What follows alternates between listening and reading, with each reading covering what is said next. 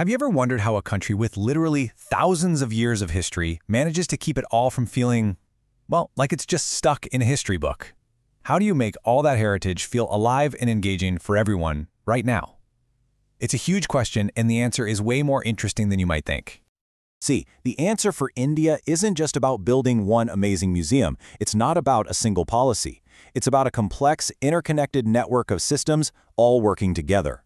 The real goal here is to create an environment where history doesn't just sit behind glass, but actually talks to the present. So to really get our heads around this, let's think of India's museums not as separate buildings, but as a living, breathing ecosystem.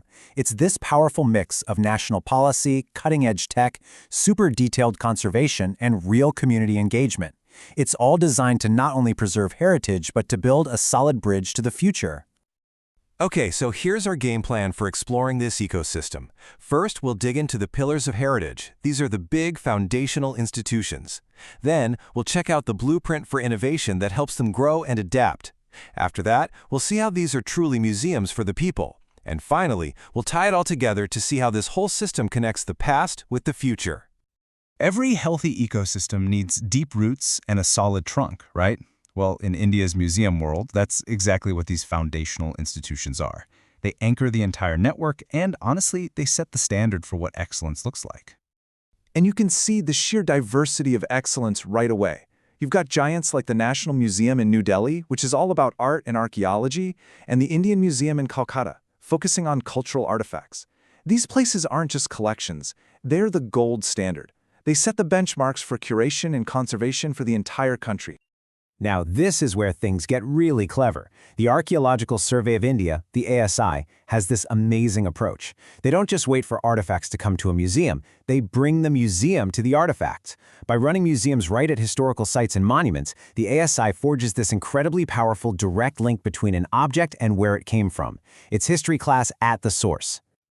Okay, so you have these strong pillars in place, but how does the ecosystem actually adapt and modernize? How does it thrive? That's where the blueprint for innovation comes in. These are the systems that create the perfect conditions for growth. And the Ministry of Culture is the guiding force here, setting the national direction.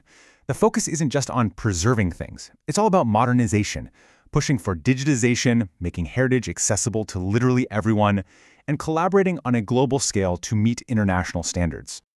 And you can see exactly how this policy turns into reality. It kicks off with the ministry setting the big goals. Then, huge national initiatives like Digital India provide the tech backbone for things like online archives and virtual tours.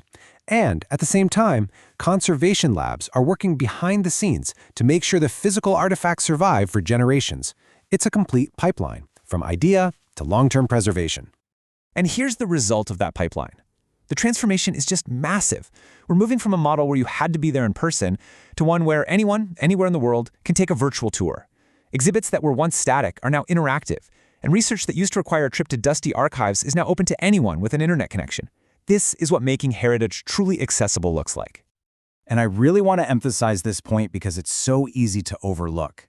Behind every single stunning exhibit, there are these invisible guardians. We're talking sophisticated conservation systems, from perfect climate control to painstaking restoration work.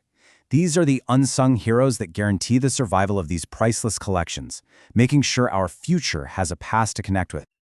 Okay, so we've looked at the strong foundation and the innovative systems that help it grow. But for an ecosystem to be truly alive, it has to reach out and connect, right? This next part is all about how these museums are actively serving the public.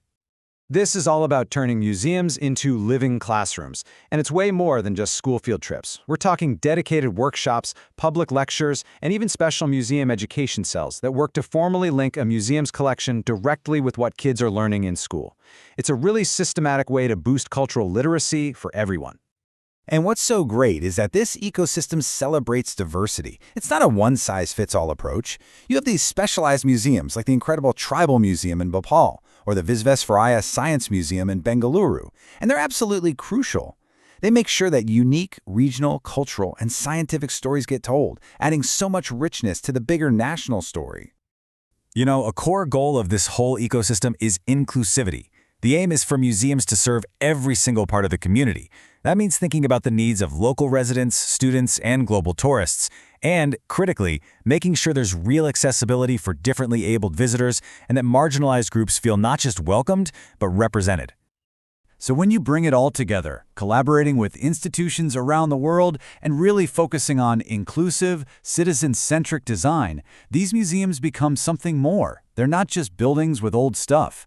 They become active platforms for cultural diplomacy on the world stage and for real, meaningful community engagement at home. So let's bring this all together. We've seen the foundational pillars, we've seen the blueprint for innovation, and we've seen the outreach to the people.